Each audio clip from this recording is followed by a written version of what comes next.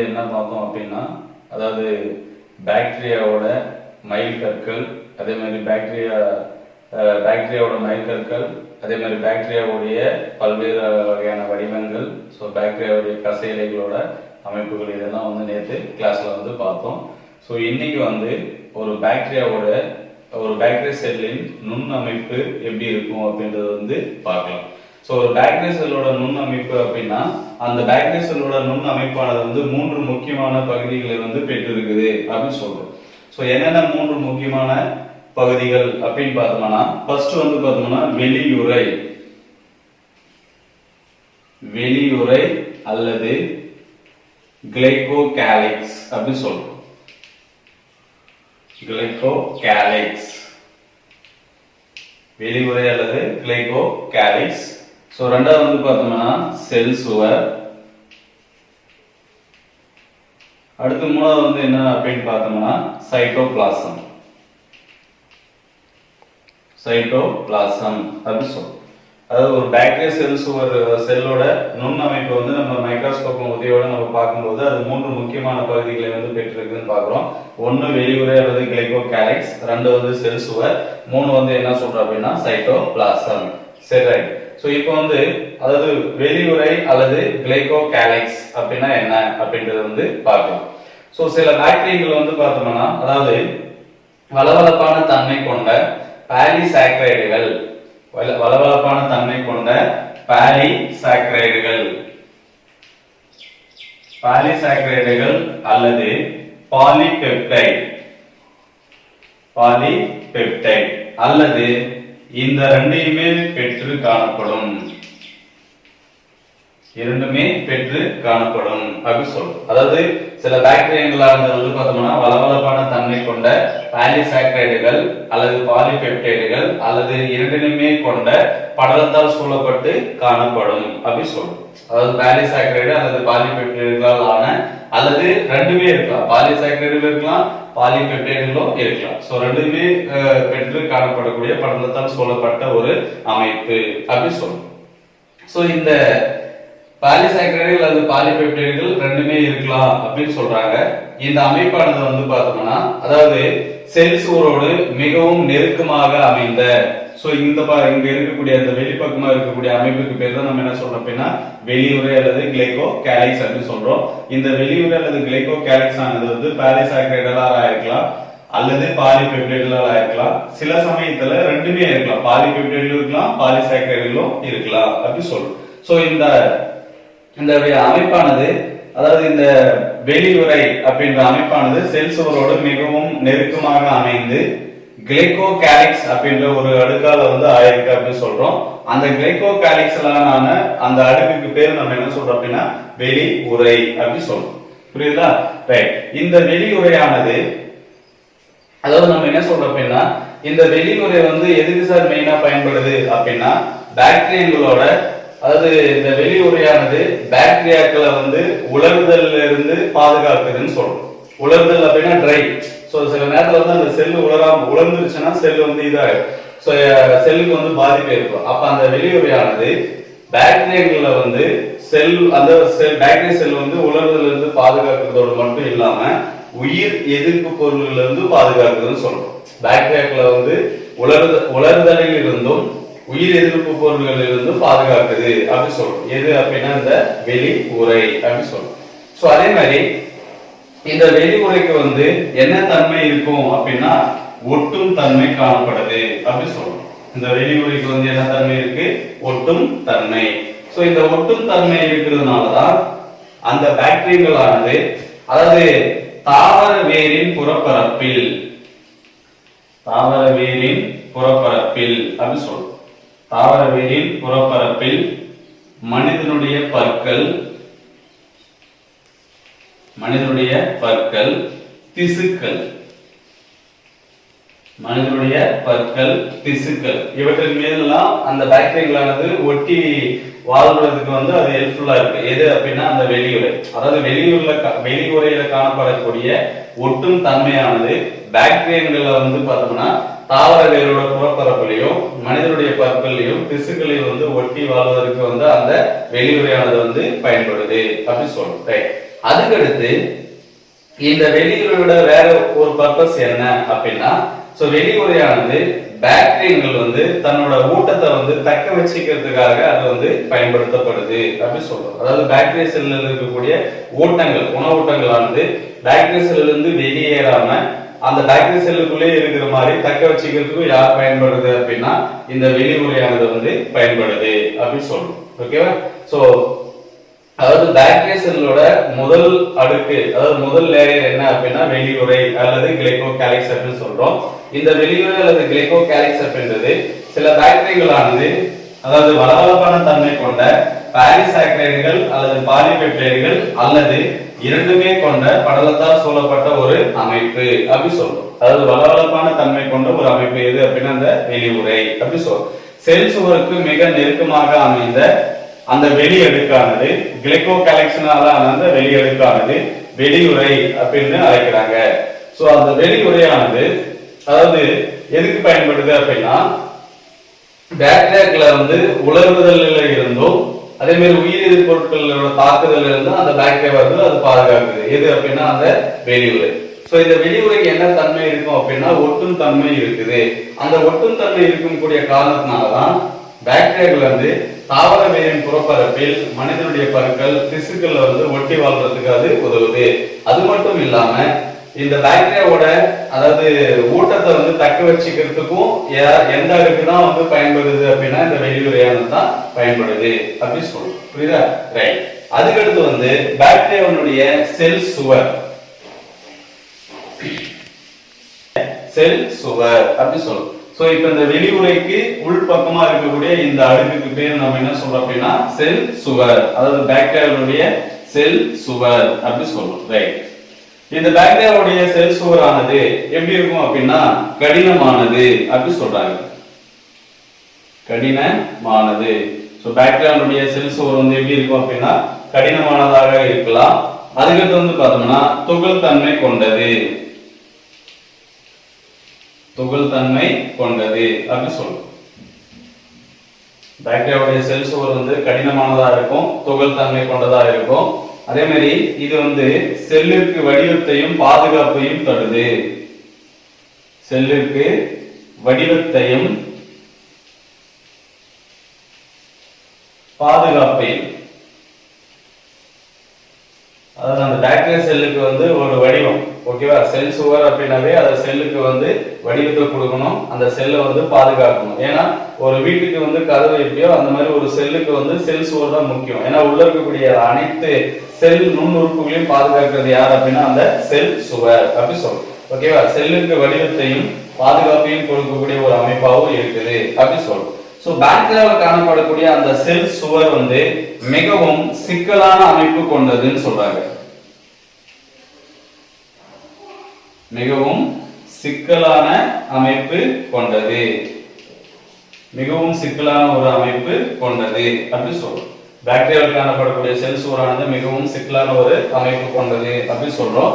So இந்த பாக்டீரியாவுடைய செல் சுவர் வந்து எதனால ஆயிருக்கும் அப்படின்னா பெப்டிடோகிளைகன், பெப்டிடோகிளைகன், பெப்டிடோகிளைகன் அல்லது மியூகோபெப்டைட், மியூகோபெப்டைட். சோ பெப்டிடோகிளைகன் அல்லது மியூகோபெப்டைடால இருக்கும். இந்த மியூகோபெப்டைட் அப்படின்றது வந்து பார்த்தோம்னா N அசிடைல், N அசிடைல், அதே மாதிரி N acetyl muramic acid, N acetyl muramic acid, அதாவது முராமிக் அமிலம் அப்படி சொல்றோம். சோ N அசிடைல் அல்லது N acetyl glucosamine, N acetyl glucosamine, N acetyl glucosamine அல்லது N அசிடைல் முராமிக் அமிலம் அப்படி சொல்றோம். அதாவது இந்த N அசிடைல் குளுக்கோசமைன் அல்லது N அசிடைல் முராமிக் அமிலமானது சோ 4 இருந்து 5 அமினோ அமிலங்களை கொண்ட, 4 இருந்து 5 அமினோ அமிலங்களை கொண்ட, அதாவது அந்த பாலிபெப்டைட் தொடரால் உருவாகி இருக்கும் அப்படி சொல்றோம். அது மட்டும் இல்லாம அதாவது பாலிபோரின் துகள்கள், பாலிபோரின் துகள்களானது பாக்டீரியாவோட செல் சுவர்ல வந்து மிகுதியாக காணப்படுதுன்னு சொல்றோம். அதாவது பாஸ்போரின் துகள்கள் அப்படின்னு சொல்றாங்க, அது பாலிபோரின் துகள்கள் அப்படின்றது மிகுதியாக காணப்படுது அப்படின்னு சொல்றாங்க. இது எதுக்கு சார் இந்த பாலிபோரின் துகள்கள் அப்படின்றது எதுக்காக சார் பயன்படுது அப்படின்னா, அதாவது செல்லுக்கு இடையே அந்த கரைபொருட்களானது பரவி செல்வதற்கு இந்த பாலிபோரின் துகள்களானது பயன்படுது அப்படின்னு சொல்றோம். ஓகேவா? சோ இரண்டாவதாக இருக்கக்கூடிய அமைப்பானது வந்து எது அப்படின்னு பார்த்தோம்னா செல் சுவர். அதாவது இது வந்து வெளியுறைக்கு உட்பக்கமா இருக்கக்கூடியது வந்து எது சொல்றோம் அப்படின்னா இந்த செல் சுவர்னு சொல்றோம். செல் சுவரான பாக்டீரியாவுடைய செல் சுவரானது வந்து எப்படி இருக்குன்னு சொல்றோம், கடினமானதாக இருக்கலாம், துகள் தன்மை கொண்டது இருக்கும்னு சொல்றோம். செல்லுக்கு வந்து வடிவத்தையும் பாதுகாப்பையும் தருது அப்படின்னு சொல்றோம். இந்த பாக்டீரியாவுடைய செல் சுவரானது வந்து மிகவும் சிக்கலான ஒரு அமைப்புடையதுன்னு சொல்றோம். இந்த பாக்டீரியாவுடைய செல் சுவரானது வந்து எதனால உருவாயிருக்கும் அப்படின்னு பார்த்தோம்னா, அதாவது பெப்டிடோ கிளைகான் அல்லது மீகோபெப்டைடால் ஆயிருக்கும்னு சொல்றோம். இது வந்து என் அசிடைல் குளுக்கோசமைன் அல்லது என் அசிடைல் முராமிக் அமிலம்னு சொல்றோம். அந்த என் அசிடைல் முராமிக் அமிலமானது வந்து பார்த்தோம்னா 4 இருந்து 5 புரதங்கள், அதாவது அமினோ அமிலங்களை கொண்ட ஒரு புரத தொகுப்பு அப்படின்னு சொல்றோம். அதாவது புரதங்களால் ஆயிருக்குன்னு சொல்றோம். இந்த பாலிபோரின் அப்படின்ற துகள்களானது, அதாவது பாஸ்போரின் அப்படின்ற துகள்களானது எதுல இருக்கும் அப்படின்னா, அந்த பாஸ்போரின் துகள்களானது வந்து எதுல இருக்கும் அப்படின்னு பார்த்தோம்னா அந்த பாக்டீரியா செல்லுக்குள்ள இருக்குன்னு சொல்றோம். இந்த பாஸ்போரின் துகள்களோட வேலை என்ன அப்படின்னா, கரைப்பொருட்கள் வந்து பரவி செல்வதற்கு, அதாவது விரைவி செல்வது, செல்லுக்குள்ள அந்த துகள்களானது, அதாவது விரைவி செல்வதற்கு, கரைப்பொருட்களானது விரைவி செல்வதற்கு வந்து இந்த பாஸ்போரின் துகள்களானது வந்து பயன்படுது அப்படின்னு சொல்றோம். ஓகேவா? ரைட். அடுத்து இந்த செல் சுவருக்கு வந்து அடுத்து என்ன இருக்கும் அப்படின்னு பார்த்தோம்னா பிளாஸ்மா படலம் அப்படி சொல்றோம். அதாவது பிளாஸ்மா சவ்வு. முதல்ல இருக்கக்கூடிய வெளியில இருக்கக்கூடிய அடுக்கானது வந்து வெளியுறை அல்லது கிளைகோகாலிக்ஸ் சொல்றோம். இந்த வெளியுறை அல்லது கிளைகோகாலிக்ஸுக்கு உட்புறமா இருக்கிறது வந்து எது சொல்றோம் அப்படின்னா செல் சுவர்னு சொல்றோம். செல் சுவருக்கு அடுத்து வந்து யார் இருப்பாங்க அப்படின்னா பிளாஸ்மா சவ்வு. பிளாஸ்மா சவ்வு அப்படி சொல்றோம். இந்த பாக்டீரியாவில் இருக்கக்கூடிய அந்த பிளாஸ்மா சவ்வானது, அதாவது பாக்டீரியாவில் காணப்படக்கூடிய அந்த பிளாஸ்மா சவ்வானது, அதாவது மூணாவதா இருக்கக்கூடிய லேயர், ஃபர்ஸ்ட் வெளியுறை, அடுத்து செல் சுவர், அதுக்கு அடுத்து வந்து பிளாஸ்மா சவ். சோ இந்த பாக்டீரியாவில் காணப்படக்கூடிய பிளாஸ்மா சவ்வானது எதனால் ஆனது அப்படின்னா லிபோ புரதத்தால் ஆனது. எதனால இருக்கும்? லிபோ புரதத்தால் ஆனது. சோ பாக்டீரியாவில் காணப்படக்கூடிய அந்த பிளாஸ்மா சவ்வானது எதனால ஆயிருக்கும் அப்படின்னா லிபோ புரதத்தால் ஆனது. அதாவது இந்த பிளாஸ்மா சவ்வுடைய முக்கியமான பணி என்ன அப்படின்னா, அதாவது சிறிய மூலக்கூறுகளையும்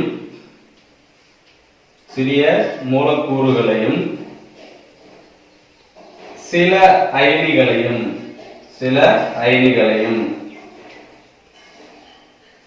சிறிய மூலக்கூறுகளையும் சில அயனிகளையும், அதாவது உட்செல்ல அனுமதிப்பது, அதே மாதிரி வெளியேறுவது. செல்லுக்குள்ள பாக்டீரியா செல்லுக்குள்ள சில அயனிகள் அல்லது மூலக்கூறுகள் உள்ள போறதுக்கு அனுமதி கொடுக்கிறது, அதே மாதிரி உள்ள இருந்து வெளியேறுவதை கட்டுப்படுத்துது. அதுதான் இதோட மெயின் வேலை. பிளாஸ்மா சவ்வோட வேலை என்ன அப்படின்னா, சில அயனிகள் அல்லது சில சிறிய மூலக்கூறுகளானது செல்லுக்குள் இருந்து வெளியேறுவதும் செல்லுக்குள் உட்செல்வதையும் கட்டுப்படுத்துவது யார் அப்படின்னா இந்த பிளாஸ்மா சவ்வு.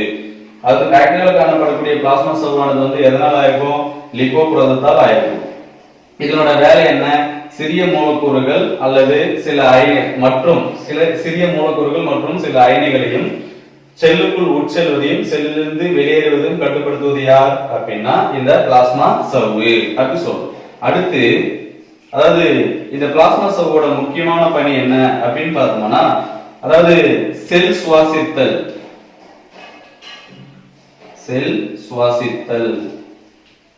அதாவது செல் சுவாசித்தல் அப்படின்னா வளர்ச்சிதை மாற்ற பொருள், அதாவது வளர்ச்சிதை மாற்ற பொருளோட ஆக்சிஜன் ஏற்றம், வளர்ச்சிதை மாற்ற பொருளோட ஆக்சிஜன் ஏற்றத்துல, சோ வளர்ச்சிதை மாற்ற பொருளோட ஆக்சிஜன் ஏற்றத்துல இது பங்கெடுக்குது.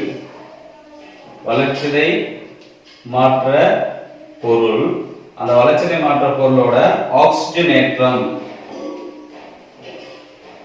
வளர்ச்சிதை மாற்ற பொருளோட ஆக்சிஜன் ஏற்றம், அதாவது ஆக்சிஜன் ஏற்றம்னு தெரியும், addition of oxygen, removal of hydrogen. So oxygen ஏற்றம். சோ ஆக்சிஜன் ஏற்றம், அதாவது வளர்ச்சிதை மாற்ற பொருளின் ஆக்சிஜன் ஏற்றம், அதாவது செல் சுவாசித்தல்,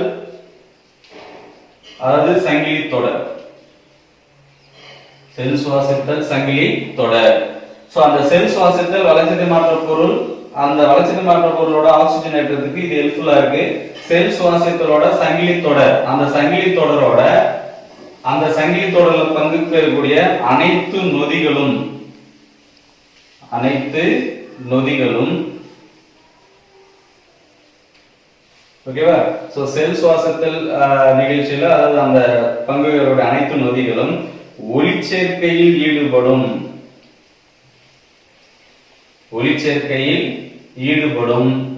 அனைத்து நொதிகளும், ஒளிச்சேர்க்கையில் ஈடுபடக்கூடிய அனைத்து நொதிகளும் எங்கதான் இருக்குது அப்படின்னா அந்த பிளாஸ்மா சவ்வுல தான் இருக்கு அப்படி சொல்றோம். அப்ப அதாவது மூணாவதா இருக்கக்கூடிய லேயர் வந்து என்ன சொல்றோம் அப்படின்னா பிளாஸ்மா சவ்வு அப்படின்னு சொல்றோம். பாக்டீரியாவில் காணப்படக்கூடிய அந்த பிளாஸ்மா சவ்வானது வந்து எதனால ஆயிருக்கும் அப்படின்னா அதாவது லிப்போபுரதத்தால் ஆயிருக்கும்னு சொல்றோம். இந்த பிளாஸ்மா சவ்வோட முக்கியமான வேலை என்ன அப்படின்னா அதாவது சில அயனிகளையும் சில மூலக்கூறுகளையும் செல்லுக்குள் இருந்து வெளியேறுவதும் செல்லுக்குள் உள்ள செல்லுதையும் வந்து தன்னோட கட்டுப்பாட்டுல வச்சிட்டு இருக்குன்னு சொல்றோம். செல் சுவாசத்தில் நிகழ்ச்சியில் அதாவது வளர்சிதை மாற்ற பொருளோட ஆக்சிஜன் ஏற்றத்தில் அதாவது செல் சுவாசத்தில் சங்கிலி தொடர் வினையில வந்து பங்கு பெறக்கூடிய அனைத்து நொதிகளும் ஒளிச்சேர்க்கையில் ஈடுபடும் அனைத்து நொதிகளும் எங்கதான் இருக்கும் அப்படின்னா இந்த பிளாஸ்மா சவ்வுல தான் இருக்கும் அப்படி சொல்றோம். ஓகேவா, ரைட். சோ நெக்ஸ்ட் வந்து பார்த்தோம்னா சைட்டோபிளாசம். என்னது? சைட்டோபிளாசம் அப்படி சொல்றோம்.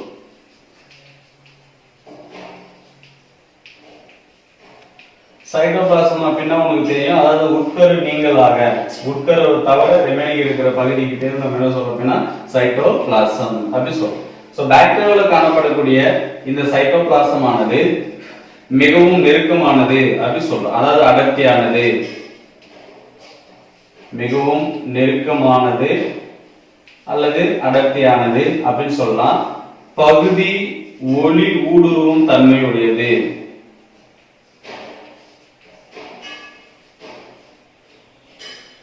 பகுதி ஒளி ஊடுருவும் தன்மையுடையது அப்படி சொல்லும். அதாவது பாக்டீரியாவில் காணப்படக்கூடிய சைட்டோபிளாசமானது மிகவும் நெருக்கமாகவோ அல்லது அடர்த்தியாகவோ இருக்கலாம்னு சொல்றாங்க. இங்க பாருங்க, அதாவது இந்த பிளாஸ்மா சவ்வு இருக்கு, இந்த பிளாஸ்மா சவ்வுக்குள்ள இருக்கக்கூடிய இந்த அனைத்து பகுதி இந்த உட்கரு நீங்களாக இருக்கக்கூடிய பேர் நம்ம என்ன சொல்றோம் அப்படின்னா சைட்டோபிளாசம் அப்படி சொல்றோம். அப்ப அந்த சைட்டோபிளாசம் வந்து மிகவும் நெருக்கமா இருக்கும்னு சொல்றோம். பகுதி ஒளி ஊடுருவும் தன்மை கொண்டது அப்படி சொல்றோம். சோ இந்த சைட்டோபிளாசத்துல தான் எல்லா உட்பொருட்களுமே, சைட்டோபிளாசத்துல வந்து பார்த்தோம்னா அனைத்து செல் உட்பொருட்களும் காணப்படுதுன்னு சொல்றோம். அனைத்து செல் உட்பொருட்களும்,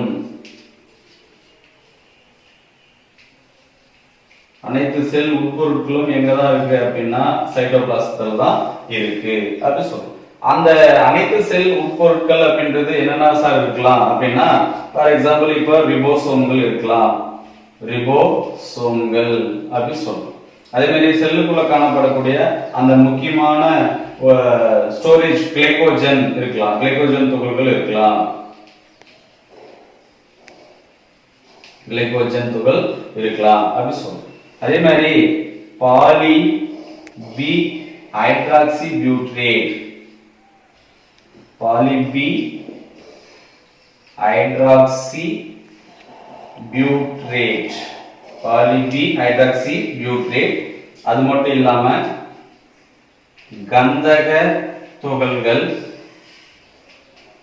கந்தக துகள்கள், அடுத்து வளிம துகள்கள், இது எல்லாமே எங்க இருக்கு அப்படின்னா அந்த சைட்டோபிளாசத்துல இருக்கு அப்படி சொல்றோம். சோ சைட்டோபிளாசம் வந்து பார்த்தோம்னா ஹைட்ரால காணப்படக்கூடிய சைட்டோபிளாசம் வந்து மிகவும் நெருக்கமா இருக்குன்னு சொல்றோம். பகுதி ஒளி ஊடுருவும் தன்மை கொண்டதுன்னு சொல்றோம். அனைத்து செல் உட்பொருட்களையும் வந்து பெற்றிருக்குன்னு சொல்றோம். ரிபோசோம்கள் இருக்கலாம், கிளைகோஜன் இருக்கலாம், பாலி பி ஹைட்ராக்சி பியூட்டேட் துகள்கள் இருக்கலாம், கந்தக துகள்கள் இருக்கலாம், அல்லது வளிம துகள்கள் இருக்கலாம் அப்படி சொல்றோம். இது எல்லாமே எங்கதான் இருக்கு அப்படின்னா சைட்டோபிளாசத்துல தான் வந்து இருக்கு அப்படி சொல்றோம். ஓகேவா, ரைட். அதுக்கடுத்து வந்து பார்த்தோம்னா பாக்டீரியாவினுடைய குரோமோசோம், பாக்டீரியாவினுடைய குரோமோசோம் அப்படி சொல்றோம்.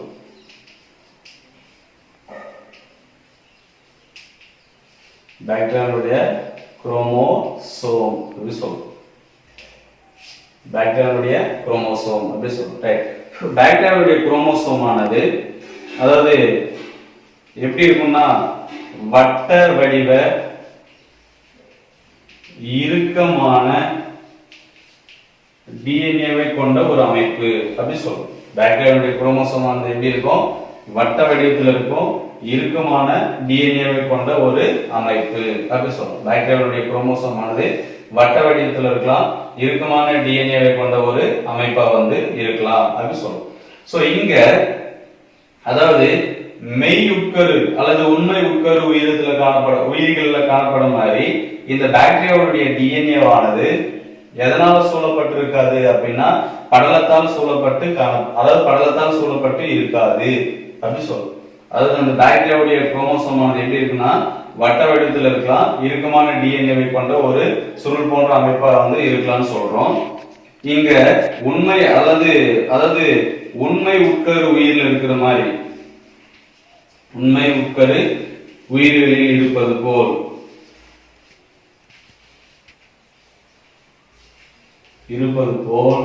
அந்த டிஎன்ஏவானது படலத்தால் சூழப்பட்டு இருக்காது அப்படி சொல்லும். ஓகேவா? சோ அதாவது பாக்டீரியாவுடைய குரோமோசோம் ஆனது வட்ட வடிவ இறுக்கமான டிஎன்ஏ கொண்ட ஒரு சுருள் போன்ற அமைப்பு அப்படின்னு சொல்றோம். உண்மை உட்கரு உயிரிகளில் இருப்பது போல் படலத்தால் சூழப்பட்டு இருக்காது அப்படி சொல்லும். ரைட். அதே மாதிரி இந்த அதாவது உதாரணத்துக்கு ஈ கோலை.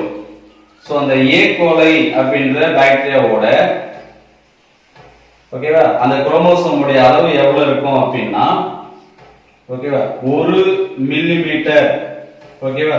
சோ 1 மில்லிமீட்டர் நீளமுடையதாக இருந்தாலும் அதாவது பாக்டீரியாவில் அதாவது எசெர்சியா கோலை அப்படின்ற பாக்டீரியாவில் காணப்படக்கூடிய அந்த குரோமோசோம்ல இருக்கக்கூடிய டிஎன்ஏ அமைப்பானது 1 மில்லிமீட்டர் நீளமுடையதாக இருந்தாலும் அந்த எசெர்சியா கோலையை உருவாக்குவதற்கான அனைத்து மரபு தகவல்களும் அனைத்து மரபியல் தகவல்களும் உள்ளடக்கி இருக்குது அப்படி சொல்லுவோம். அதாவது ஒரே 1 மில்லிமீட்டர் நீளம் தான் இருக்கு அப்படின்னு சொல்றாங்க. எதுல அப்படின்னா அந்த எசெர்சியா கோலை. சோ எசெர்சியா கோலை அப்படின்ற பாக்டீரியாத்துல பார்த்தோம்னா அந்த பாக்டீரியா குரோமோசோமோட அளவு எவ்வளவு இருக்குன்னா 1 மில்லிமீட்டர் நீளம் தான் இருக்கும்னு சொல்றாங்க. 1 மில்லிமீட்டர் நீளமுடையதாக இருந்தாலும் அதாவது அந்த எசெர்சியா கோலையை உருவாக்குவதற்கான அனைத்து மரபியல் தகவல்களும் யாருக்குள்ள இருக்கு அப்படின்னா இந்த டிஎன்ஏக்குள்ள அந்த தகவல்களானது இருக்குது அப்படி சொல்றோம். ஓகேவா? ரைட்.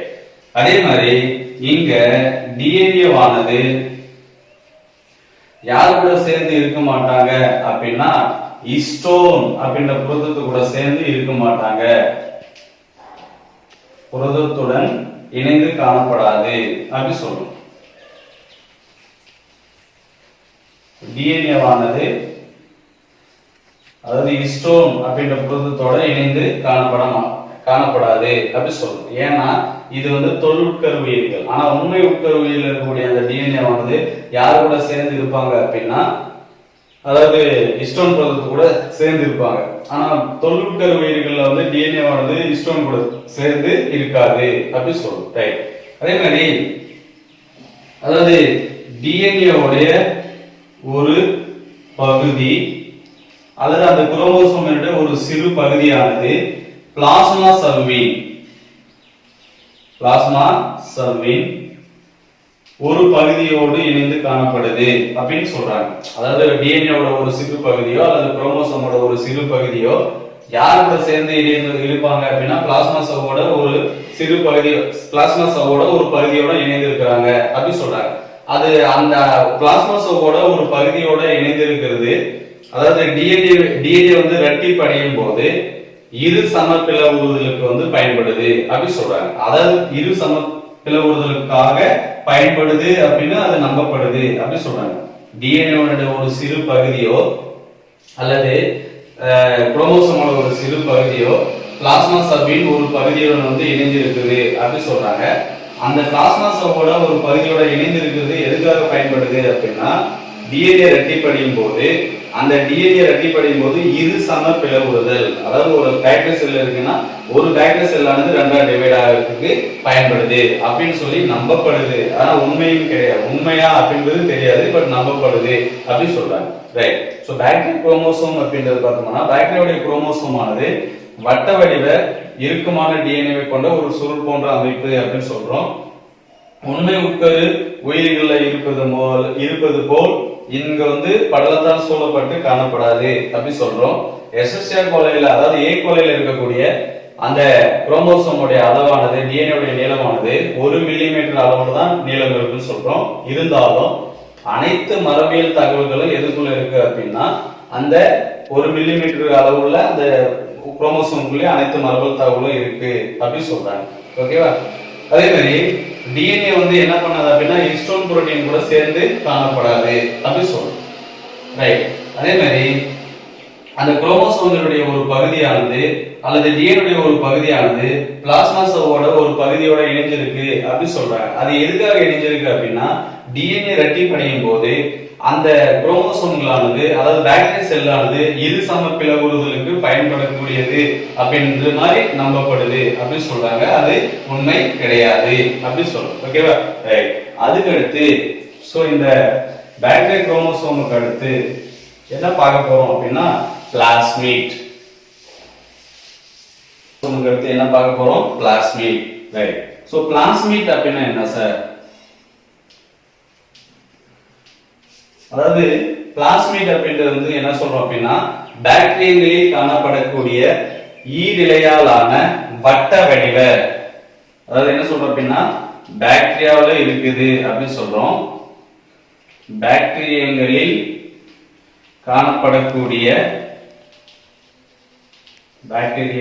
காணப்படக்கூடிய ஓகேவா, அதே மாதிரி ஈரிழையாலான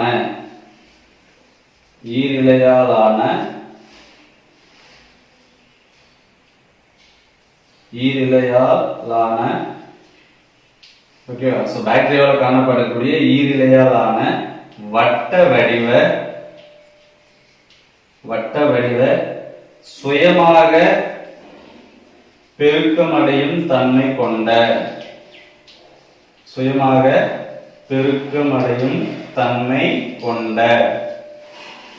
ஓகேவா.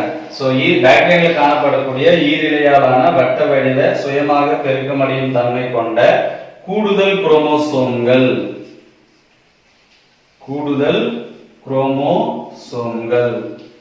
அந்த கூடுதல் குரோமோசோம்களுக்கு தான் நம்ம என்ன பேர் சொல்றோம் அப்படின்னா பிளாஸ்மிட்டுகள் அப்படி சொல்றோம். டயகிராம் பாரு, இங்க இருக்கு பாரு. ஓகேவா. சோ அதாவது வட்ட வடிவத்தில் இருக்கும் ஈரிழையா, டபுள் ஸ்டாண்டர்ட் சொல்றோம். ஓகேவா. ஈரிழையாலான வட்ட வடிவமான பாக்டீரியாவில் காணப்படக்கூடிய வட்ட வடிவமான ஈரிழையாலான சுயமாக பெருக்கமடையும் தன்மை கொண்ட ஓகேவா அந்த அமைப்புக்கு பேர் நம்ம என்ன சொல்றோம் அப்படின்னா பிளாஸ்மிட்டுகள் அப்படி சொல்றோம். இந்த பிளாஸ்மிட்டுகளானது அதாவது முக்கியமான ஒரு பண்புகளை பெற்றிருக்கு அப்படி சொல்றோம். என்ன சார் பண்பு அப்படின்னா, அதாவது நம்ம என்ன சொல்றோம் அப்படின்னா எதுக்காக அது பயன்படும் அப்படின்னு பார்த்தோம்னா எதிர்ப்பு தன்மை, அதாவது ஒண்ணு எதிர்ப்பு தன்மை, அதே மாதிரி உயிர் எதிர்ப்புறு தன்மை,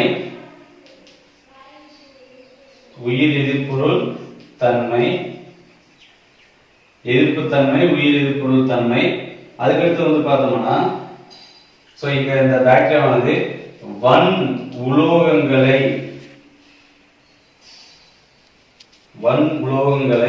தாங்கும் தன்மை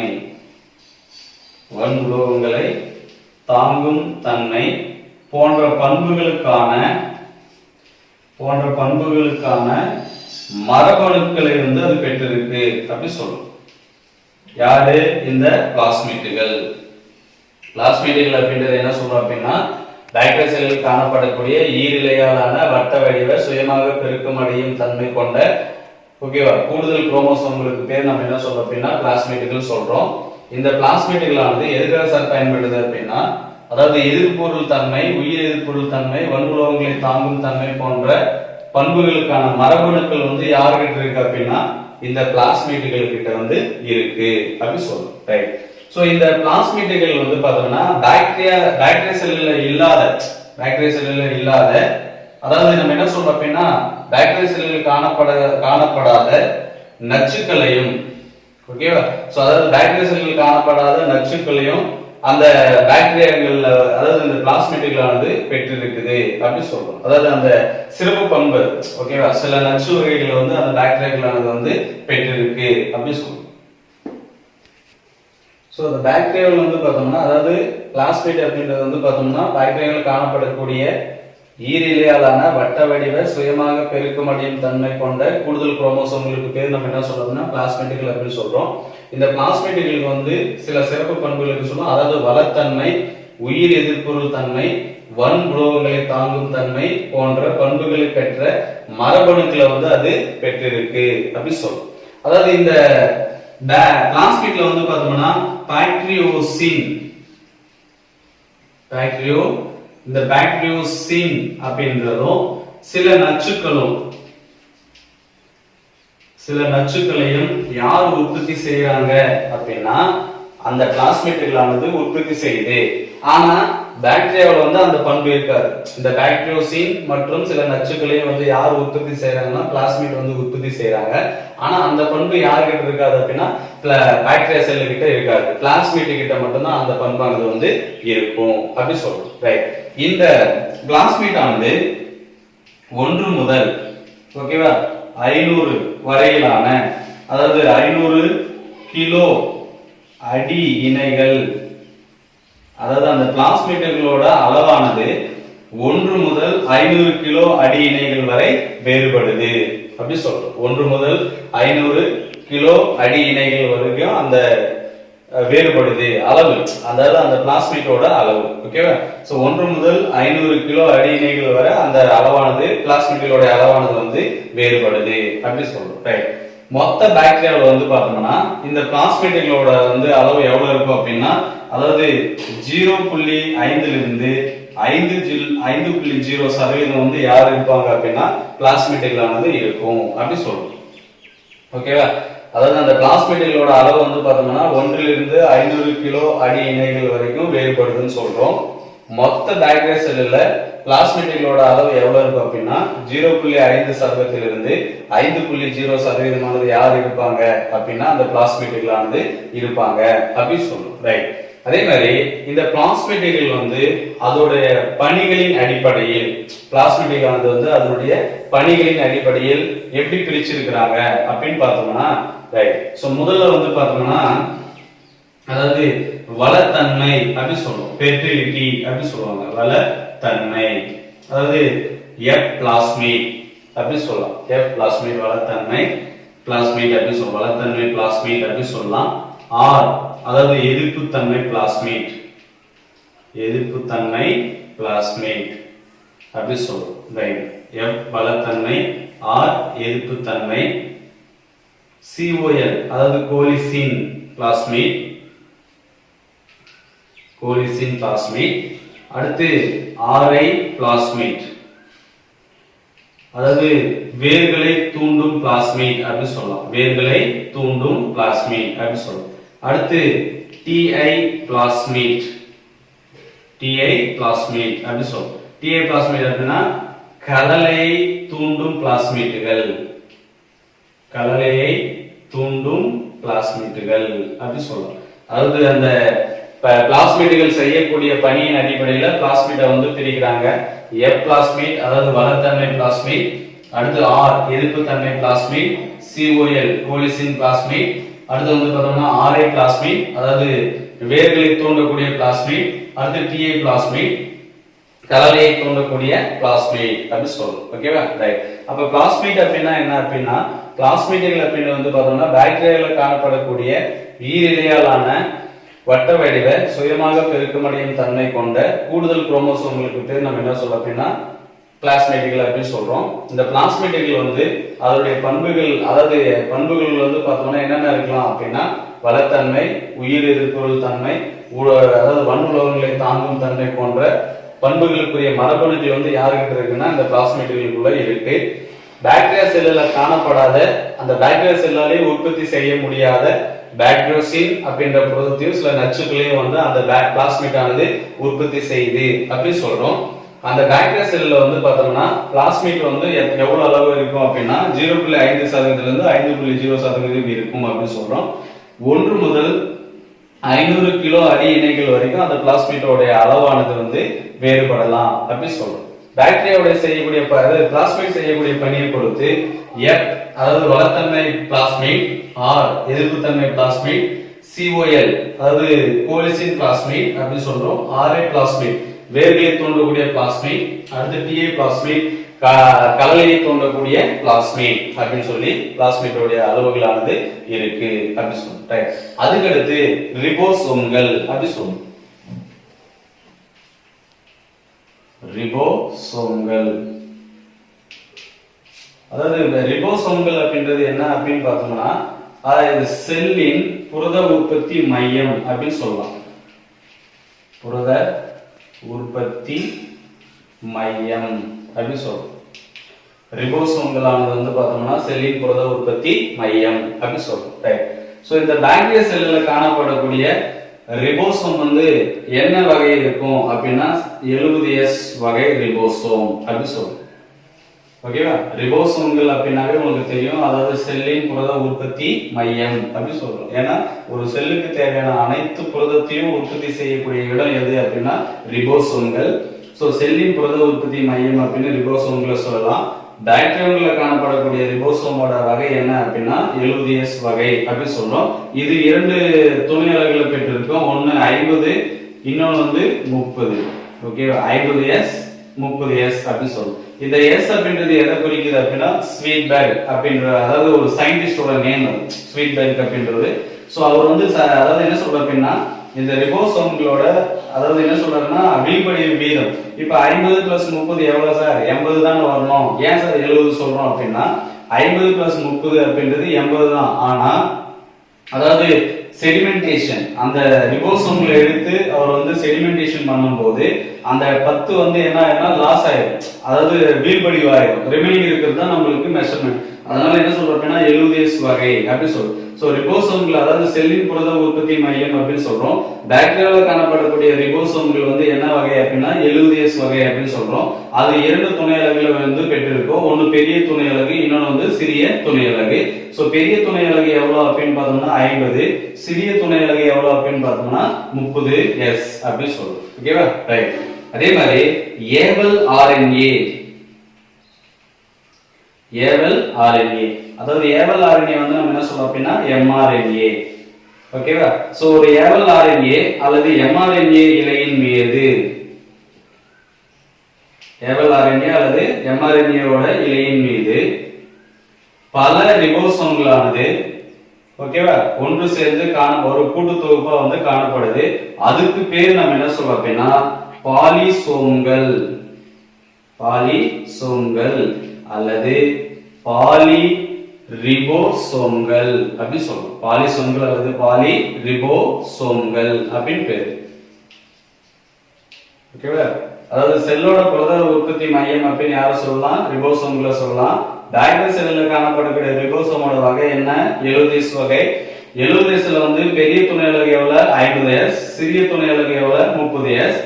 ஏவல் ஆர்என்ஏ அதாவது mRNA ஓட இலையின் மீது பல ரிபோசோம்களானது ஒன்றிணைந்து ஒரு சங்கிலி தொடர் மாதிரி காணப்படும் அப்படி சொல்றாங்க.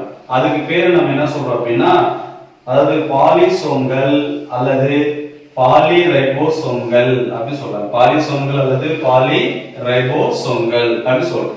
இப்ப மேல இருக்கிறது எல்லாமே நம்ம என்ன சொல்றோம் அப்படின்னா இப்போ இது ஒரு ரைபோசோம், இது ஒரு ரிபோசோம், இது ஒரு ரிபோசோம், இது ஒரு ரிபோசோம். இது வந்து ஏவல் ஆர்என்ஏ அதாவது mRNA. ஒரு mRNA இலையின் மீது பல ரிபோசோம்களானது ஒன்றிணைந்து ஒரு சங்கிலி தொடர் மாதிரி நம்மளுக்கு தெரியுது. சோ அதுக்கு பேர் நம்ம என்ன சொல்றோம் அப்படின்னா பாலிசோம்கள் அல்லது பாலிரிபோசோம்கள் அல்லது பாலிரிபோசோம்கள் அப்படின்னு சொல்றோம். ஓகேவா? சோ பாக்டீரியால காணப்படக்கூடிய ரிபோசோம்கள் வந்து பார்த்தோம்னா அதாவது ரிபோசோம்னாவே செல்லின் புரத உற்பத்தி மையம் அப்படின்னு சொல்றோம். என்ன வகையை சார்ந்தது? 70s வகை சார்ந்தது. 50s பிளஸ் 30s அப்படின்னு சொல்றோம். 50 அப்படின்றது பெரிய துணை அலகு, 30 அப்படின்றது சிறிய துணை அலகு. ஏவல் ஆர்என்ஏ, எம்ஆர்என்ஏ, இந்த எம்ஆர்என்ஏ இழையின் மேல பல ரிபோசோம்களானது ஒன்றிணைந்து ஒரு சங்கிலி தொடர் மாதிரி தெரியுதுன்னு சொல்றோம். அதுக்கு பேர் நம்ம என்ன சொல்ல அப்படின்னா பாலிசோம்கள் அல்லது பாலி ரிபோசோம்கள் அப்படின்னு சொல்றோம். ஓகேவா? ரைட். அடுத்து மீசோசோம்கள் அப்படி சொல்றோம்.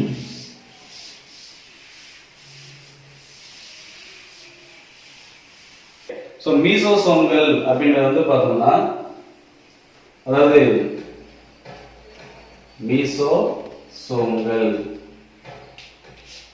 இந்த மீசோசோம்கள் அப்படின்றது என்ன சார் அப்படின்னா, அதாவது பாக்டீரியாவுடைய செல் சுவரானது, ஓகேவா, அந்த பாக்டீரியாவுடைய செல் சுவரானது, அதாவது பாக்டீரியாவுடைய செல் சுவரோட உள் பரப்புல வந்து பார்த்தோம்னா, அதாவது உள்ள மடிங்கி, ஓகேவா, சில நேரத்துல வந்து பார்த்தோம்னா அது எப்படி இருக்கலாம் அப்படின்னா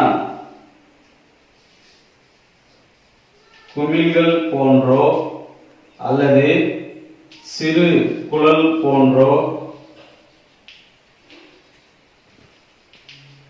சிறு குழல் போன்றோ அல்லது மென் தகடு போன்றோ,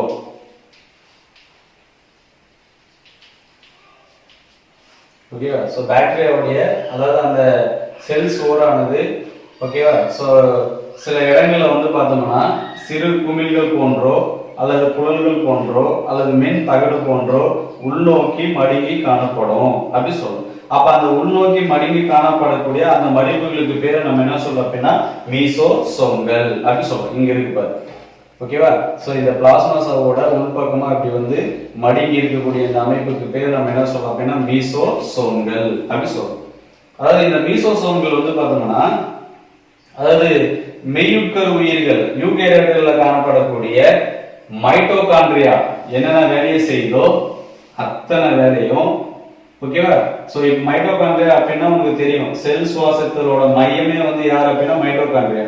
அந்த மைட்டோகாண்ட்ரியா அதாவது மெய்யுட்கரு உயிர்கள்ல வந்து மைட்டோகாண்ட்ரியா செய்யக்கூடிய அத்தனை பணிகளையும், அதாவது பாக்டீரியா செல்ல வந்து யார் செய்யறாங்க அப்படின்னா இந்த மீசோசோம்களானது செய்யுது.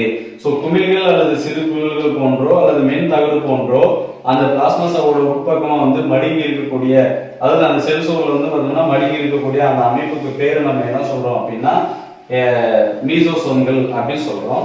இந்த மீசோசோம்களானது உள்நோக்கி அப்படி மடங்கி இருக்கிறதுனால செல் பரப்பை வந்து அது என்ன பண்ணுது அப்படின்னா அதிகரிக்குது அப்படி சொல்றோம். உள்நோக்கி அப்படி மடங்கி இருக்கிறதுனால செல் பரப்பை வந்து அது என்ன பண்ணும், அதிகரிக்கும். செல் பரப்பு வந்து அது என்ன பண்ணுது, அதிகரிக்குது அப்படி சொல்றோம். அப்படி செல்ஸ் பரப்பை வந்து அதிகரிக்கிறதுனால இது எதுக்கு பயன்படுது அப்படின்னா செல் சுவாசித்தல், அதுக்கடுத்து வந்து செல் இரு சம பிளவுறுதல், ஓகேவா. அப்ப இந்த மீசோசோம்களோட வேலை என்ன அப்படின்னா செல் சுவாசித்தலுக்கும் செல் இரு சம பிளவுறுதலுக்கும் வந்து பயன்படுதுன்னு சொல்றோம். யார் அப்படின்னா மீசோசோம்கள். சோ பாக்டீரியாவுடைய செல் சுவர்ல வந்து காணப்படக்கூடிய குமிழ்களோ சிறு குழல்கள் போன்றோ அல்லது மென் தகடு போன்றோ உள்நோக்கி மடங்கி இருக்கக்கூடிய அந்த அமைப்புக்கு பேரு நம்ம என்ன சொல்றோம் அப்படின்னா மீசோசோம்கள் அப்படின்னு சொல்றோம். இந்த மீசோசோம்கள் வந்து என்ன பண்ணும் அப்படின்னா உள்நோக்கி பல மடிப்புகளை வந்து தோற்றுவிக்கும். அப்படி அந்த மடிப்புகளை தோற்றுவிக்கிறதுனால செல்லோட பரப்பளவு வந்து என்ன பண்ணும் அப்படின்னா அதிகரிக்கும். சோ செல்லோட பரப்பளவு அதிகரிக்கிறதுனால இது வந்து எதுக்காக சார் பயன்படுது அப்படின்னா செல் சுவாசித்தலுக்கும் செல் இரு சம பிளவுறுதலுக்கும் வந்து யார் பயன்படுறாங்க அப்படின்னா இந்த யார் பயன்படுது, மீசோசோம்களானது வந்து பயன்படுது. அதாவது உட்கரு உயிரில் காணப்படக்கூடிய மைட்டோகாண்ட்ரியாவை ஒத்த அமைப்பு அப்படின்னு யார கேட்பாங்க அப்படின்னா இந்த மீசோசோம்கள் அப்படி சொல்றோம். ஓகேவா, ரைட். சோ நெக்ஸ்ட் வந்து என்ன பார்க்க போறோம் அப்படின்னா கசை இலைகள். நெக்ஸ்ட் வந்து என்ன பார்க்க போறோம், கசை இலைகள். கசை இலைகள் சொல்றோம். அதாவது பாக்டீரியா செல் சுவரின் மேற்பரப்பில் காணப்படக்கூடிய, ஓகேவா, பாக்டீரியாவுடைய செல் சுவரின் மேற்பரப்பில் காணப்படக்கூடிய, ஓகேவா, அதாவது காணப்படக்கூடிய எண்ணிக்கையில் அதாவது நீளத்தில் வேறுபட்டு காணப்படக்கூடிய மை நிலைகள் போன்ற அந்த அமைப்புக்கு பேரு நம்ம என்ன சொல்றோம் அப்படின்னா கசை இலைகள். இதுதான் கசை இலை. ஓகேவா. சோ பாக்டீரியாவுடைய செல்லின் புறப்பரப்பில் காணப்படக்கூடிய எண்ணிக்கை, அதாவது நீளத்தில் வேறுபட்டு காணப்படக்கூடிய மெல்லிய மயிரிழை போன்ற நுண்ணிய அமைப்புகளுக்கு பேரு நம்ம என்ன சொல்றோம் அப்படின்னா அந்த கசை இலைகள் அப்படி சொல்றோம். இந்த கசை இலைகள் வந்து பார்த்தோம்னா அதாவது 20 இருந்து 30 ஓகேவா மைக்ரோமீட்டர் விட்டமும் ஓகேவா 15 மைக்ரோமீட்டர் நீளமும் உடையது அப்படி சொல்றோம். அதாவது பாக்டீரியா செல்லின் இந்த செல் சுவரின் புறப்பரப்பில் காணப்படக்கூடிய நீளத்தில் வேறுபட்டு இருக்கும் எண்ணற்ற மயிர்கள் போன்ற நுண்ணிய அமைப்புகளுக்கு பேர் நம்ம என்ன சொல்றோம் கசையிலைகள் சொல்றோம். கசைகளோட விட்டம் எவ்வளவுன்னா 20 முதல் 30 மைக்ரோமீட்டர் விட்டமும் 15 மைக்ரோமீட்டர் நீளமும் உடையது அப்படி சொல்றோம். ஓகேவா ரைட். சோ உண்மை உட்கரு உயிரிகள்ல அந்த கசைகளோட அமைப்பு வந்து எப்படி இருக்கும் அப்படின்னா அதாவது 9+2 அப்படின்ற அதாவது நுண் இலைகளால் ஆயிருக்கும். அதாவது உண்மை உட்கரு உயிரிகள்ல வந்து பார்த்தோம்னா அந்த கசைகள் வந்து பார்த்தோம்னா எப்படி அமைஞ்சிருக்கும் அப்படின்னா 9+2 எண்ணிக்கையில் அமைந்த நுண்ணிலைகளால் ஆனது அப்படி சொல்றோம். ஆனா புரோகேரியா அதாவது தொல்லுட்கரு உயிர்கள்ல அதாவது பாக்டீரியால காணப்படக்கூடிய நுண்ணிலைகளானது ஓகேவா ஒவ்வொரு கசையிலையும்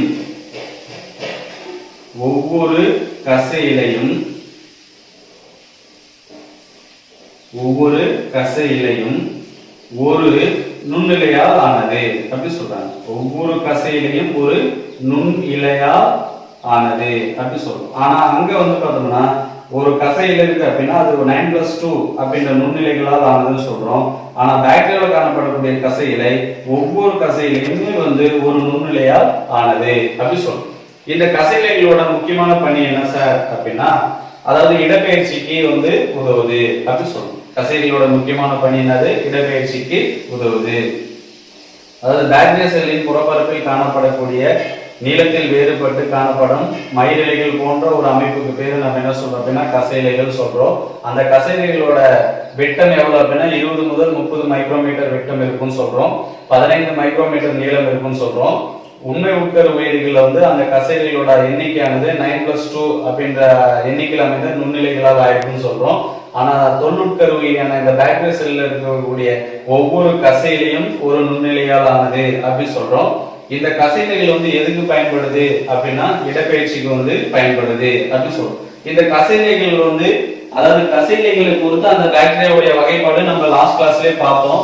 அதாவது என்னென்ன வகை இருக்கு அப்படின்னு பார்த்தோம்னா ஒற்றை கசையிலை ஒரு பாக்டீரியாவுடைய ஒரு பக்கம் ஒரே ஒரு கசையிலை இருந்தா இதுக்கு பேர் நம்ம என்ன சொல்றோம் அப்படின்னா ஒற்றை கசையிலை அப்படி சொல்றோம். ஒற்றை கசையிலை ஒரு பாக்டீரியாவுடைய சர்ஃபேஸ்ல ஒரு பக்கம் ஒன்றுக்கும் மேற்பட்ட கசையிலை இருந்தா அதுக்கு பேரு ஒரு கற்றை கசையிலை அப்படி சொல்றோம். ஒரு கற்றை கசையிலை அப்படி சொல்றோம். ஒரு பாக்டீரியா செல் இருக்குன்னா அந்த ஒரு பாக்டீரியா செல்லோட ரெண்டு பக்கமும் வந்து ஒன்றுக்கு மேற்பட்ட கசைகள் இருந்தா அதுக்கு பேரு இருமுனை கசையிலை அப்படின்னு சொல்றோம். இருமுனை கசையிலை அப்படின்னு சொல்றோம். ஒரு பாக்டீரியாவுடைய மொத்த பரப்புலையும் புறப்பரப்புலையும் வந்து அங்கங்க கசைலைகள் வந்து இருந்தா அதுக்கு பேர் நம்ம என்ன சொல்றோம் அப்படின்னா சுற்று கசையிலை. சுற்று கசையிலை அப்படி சொல்றோம். ஒரு பாக்டீரியா இருக்குன்னா அந்த பாக்டீரியாவில் எந்த விதமான கசையிலையும் இல்லை அப்படின்னா அதுக்கு பேரு கசையிலை அற்றவை அப்படின்னு சொல்றோம். ஓகேவா?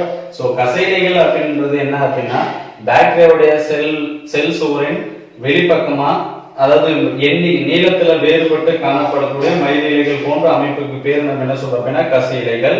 கசையிலைகள் வந்து பார்த்தோம்னா உண்மை உட்கரு உயிரிகள் வந்து பார்த்தோம்னா 9+2 அப்படின்ற நுண்ணிலைகளால் ஆனது அப்படின்னு சொல்றோம்.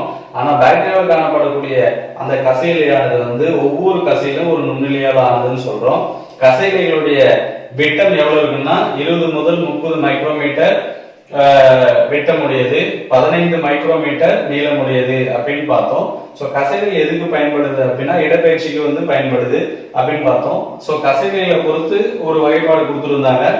ஒரு கசையிலை அப்படின்னா ஒரு பாக்டீரியாவோட ஒரு முனையில ஒரே ஒரு கசையில இருந்தா அதுக்கு பேர் ஒற்றை கசையிலை.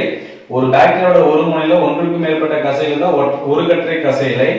பாக்டீரியாவோட ரெண்டு பக்கமும் ஒன்றுக்கு மேற்பட்ட கசையில இருந்தா இருமுனை கசையில்னு சொல்றோம். பாக்டீரியாவுடைய சுவர் அதாவது சர்ஃபேஸ் ஃபுல்லா கசையிலை இருந்தா அதுக்கு பேரு சுற்று கசையிலை அப்படின்னு சொல்றோம். கசையிலைகள் இல்ல அப்படின்னா அதுக்கு பேரு கசையிலைகள் அற்றவை அப்படின்றது பார்த்தோம். ரைட். சோ அதுக்கடுத்து நுண் சிலும்புகள் அல்லது பிம்பிரியே அப்படின்னு சொல்றோம். நுண் சிலும்புகள் அல்லது பிம்பிரியே.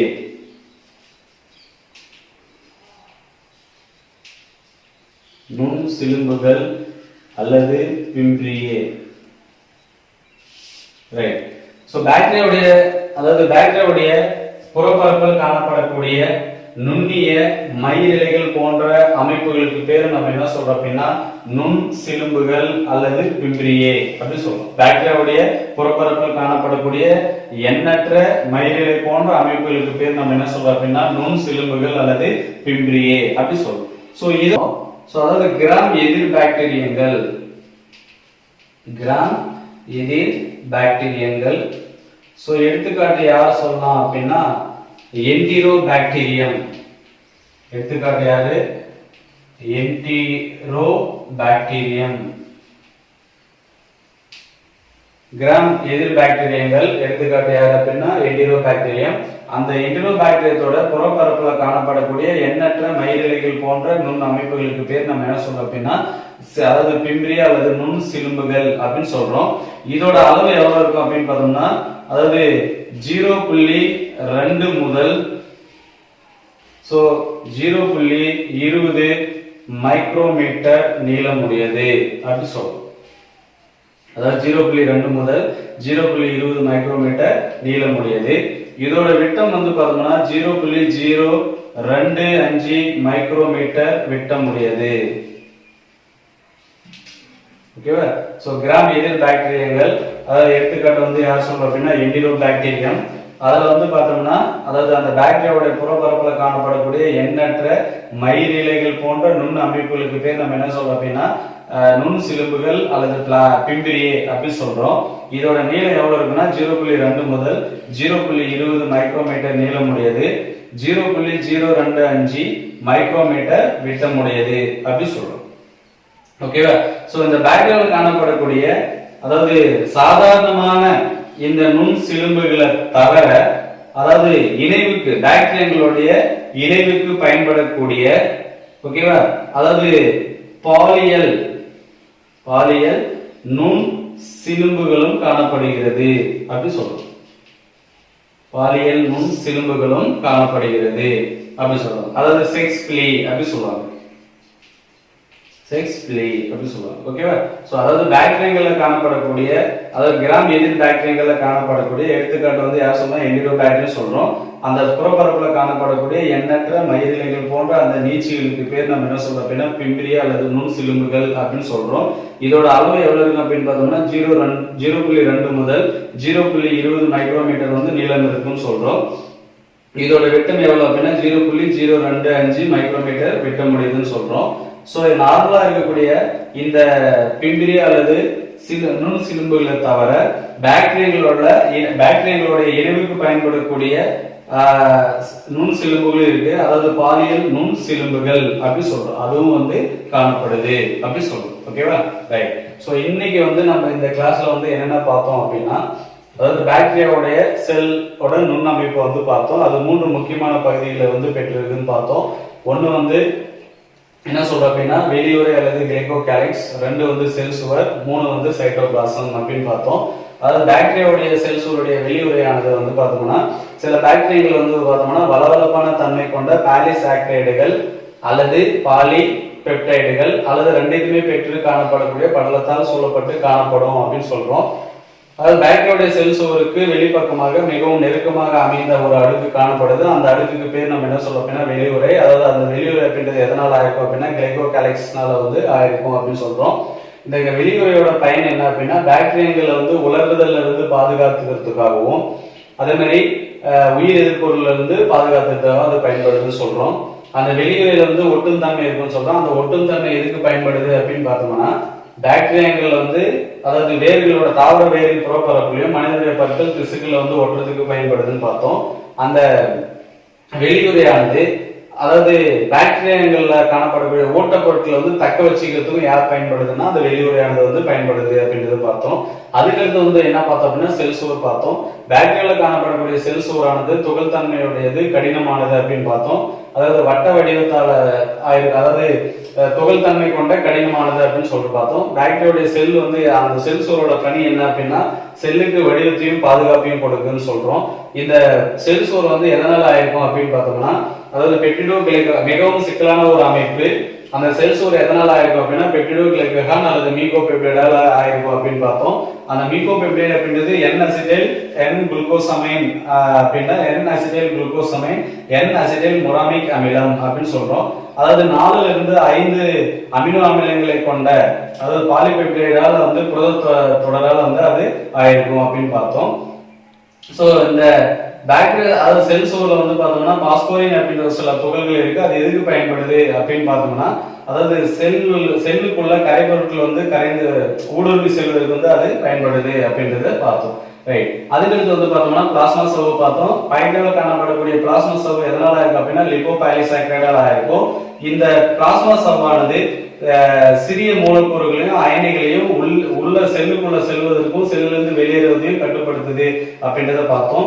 பிளாஸ்மா சவ்வானது அதாவது எதுக்காக பயன்படுதுன்னா செல் சுவாச நிகழ்ச்சி அதாவது வளர்ச்சி மாற்ற பொருளோட ஆக்சிஜன் ஏற்றத்தில் அதாவது செல் சுவாச சங்கிலி தொடரோட அதாவது அனைத்து நொதிகளும் ஒளிச்சேர்க்கையில் ஈடுபடும் அனைத்து நொதிகளும் எங்க இருக்கும் அப்படின்னா அந்த பிளாஸ்மா சவ்வுக்குள்ள இருக்கும் அப்படின்றத வந்து பார்த்தோம். அடுத்து பாக்டீரியாவுடைய சைட்டோபிளாசம் அதாவது சைட்டோபிளாசம் அப்படின்றது உட்கருணிகளாக அனைத்து பொருட்களையும் உள்ளடக்கியதுன்னு சொல்றோம். அனைத்து செல் உள்ளடக்க பொருட்களும் அங்க இருக்குன்னு சொல்றோம்.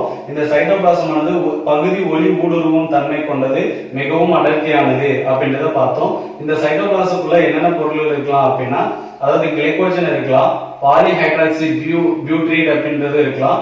அடுத்து வளிம துகள்கள் பார்த்தோம், கந்தக துகள்கள் இது எல்லாமே எங்க இருக்கும் அப்படின்னா சைட்டோபிளாசத்துக்குள்ள இருக்கும் அப்படின்னு பார்த்தோம். ரைட். அதுக்கடுத்து பாக்டீரியாவுடைய குரோமோசோம். சோ பாக்டீரியாவுடைய குரோமோசோம் ஆனது நீண்ட அதாவது இறுக்கமான டிஎன்ஏ சுருளமைப்புடைய டிஎன்ஏ கொண்ட ஒரு அமைப்பாகும் அப்படின்னு பார்த்தோம். இங்க வந்து பாக்டீரியால உண்மையான உட்கரு உயிர்கள் இருக்கிற மாதிரி இதோட குரோமோசோம் ஆனது படலத்தால் சூழப்பட்டு காணப்படாது அப்படின்னு சொல்றோம். அதாவது எசென்சியா கோலையில் இருக்கக்கூடிய அதாவது ஏ கோலையில் இருக்கக்கூடிய அந்த குரோமோசோம் டிஎன்ஏ அளவானது 1 மில்லிமீட்டர் தான் அளவு இருக்குன்னு சொல்றோம். ஆனா அந்த பாக்டீரியா உருவாக்குற அனைத்து தகவல்களும் அதுக்குள்ள இருக்குது அப்படின்றத பார்த்தோம்.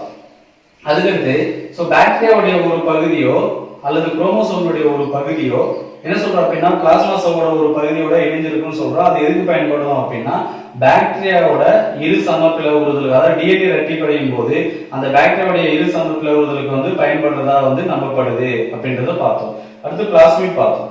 பிளாஸ்மிட் அப்படின்றது என்ன? பிளாஸ்மிட் அப்படின்றது அதாவது பாக்டீரியா செல்லில் காணப்படக்கூடிய வட்டமான ஈரிலையாலான சுயமாக பெருக்கமடையும் தன்மை கொண்ட அந்த குரோமோசோம்கள் கூடுதல் குரோமோசோம்களுக்கு என்ன சொல்றோம் அப்படின்னா பிளாஸ்மிட் அப்படின்னு சொல்றோம். அந்த பிளாஸ்மிட் வந்து அதாவது எந்தெந்த பண்புகளுக்கான மரபணுக்களை வந்து அது பெற்று இருக்குது அப்படின்னு பார்த்தோம்னா வளத்தன்மை அப்படின்ற பண்புக்கான மரபணுக்கள், அதே மாதிரி உயிர் எதிர்ப்பொருள் தன்மைக்கான மரபு பண்புகள், வன்புலோகங்களை தாங்கும் தன்மை கொண்ட அந்த மரபு பண்புகள் இது எல்லாத்தையும் பெற்றிருக்கு. அந்த பண்புகளுக்கான மரபு தகவல்கள் வந்து யார் பெற்றிருக்குன்னா பிளாஸ்மிட்களானது பெற்றிருக்குது அப்படின்னு பார்த்தோம். பாக்டீரியா வந்து பார்த்தோம்னா பாக்டீரியா செல்லில் இல்லாத பாக்டீரியோசின் அதே மாதிரி சில நச்சுகளையும் வந்து யார் உற்பத்தி செய்யறாங்க அப்படின்னா பிளாஸ்மிட் வந்து உற்பத்தி செய்யறாங்க. அது வந்து பாக்டீரியா செல் வந்து உற்பத்தி செய்யாது அப்படின்றத பார்த்தோம். இது வந்து 1 முதல் 500 கிலோ அடி எண்ணிகளை கொண்ட அளவுல வந்து அந்த பிளாஸ்மிட்ல வந்து வேறுபட்டு காணப்படுது அப்படின்னு சொல்றோம். மொத்த பாக்டீரியா செல்ல வந்து 0.5% இருந்து 5% யார் இருப்பாங்க அப்படின்னா பிளாஸ்மிட்கள் வந்து இருப்பாங்க அப்படின்றத பார்த்தோம். பிளாஸ்மிட்களோட பணிகளின் அடிப்படையில் அந்த பிளாஸ்மிட்ல வந்து வகைப்படுத்தியிருப்பாங்க. அதாவது ஃபெர்டிலிட்டி ஃபெர்டிலிட்டி பிளாஸ்மிட், வளத்தன்மை பிளாஸ்மிட் அப்படின்னு சொல்றோம். அதாவது எதிர்ப்புத்தன்மை பிளாஸ்மிட், COL கோல்ஜிசின் பிளாஸ்மிட், RI அதாவது வேர்களை தூண்டக்கூடிய பிளாஸ்மிட், TA கடலை தூண்டக்கூடிய பிளாஸ்மிட்கள் அப்படின்றத பார்த்தோம். அடுத்து மீசோசோம்கள்.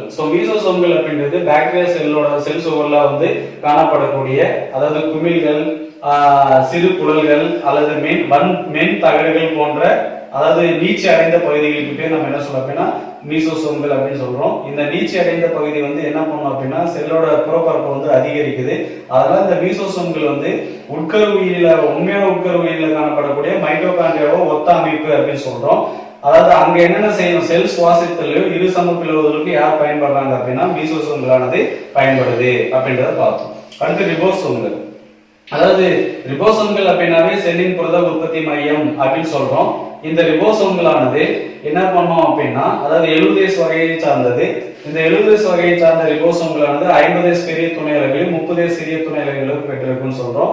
ஏவல் ஆர்என்ஏ இலையின் மீது ஒன்றுக்கும் மேற்பட்ட ரிபோசோம்களானது இணைந்து ஒரு சங்கிலி தொடர் மாதிரி தெரியும். அதுக்கு பேர் நம்ம என்ன சொல்றோம் அப்படின்னா பாலிசோம்கள் அல்லது பாலி ரிபோசோம்கள் அப்படின்றது சொல்றோம்.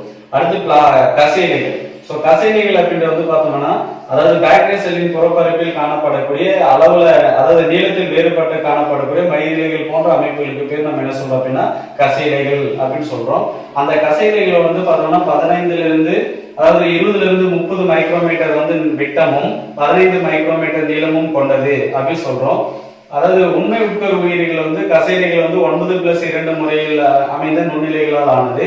ஆனா பாக்டீரியால காணப்படக்கூடிய அந்த கசையிலைகளானது ஒவ்வொரு கசையிலும் ஒரு நுண்ணிலையால் ஆனது அப்படின்னு சொல்றோம். கசையிலைகள் வந்து எதுக்கு பயன்படுது அப்படின்னா இடப்பெயர்ச்சிக்கு வந்து பயன்படுது.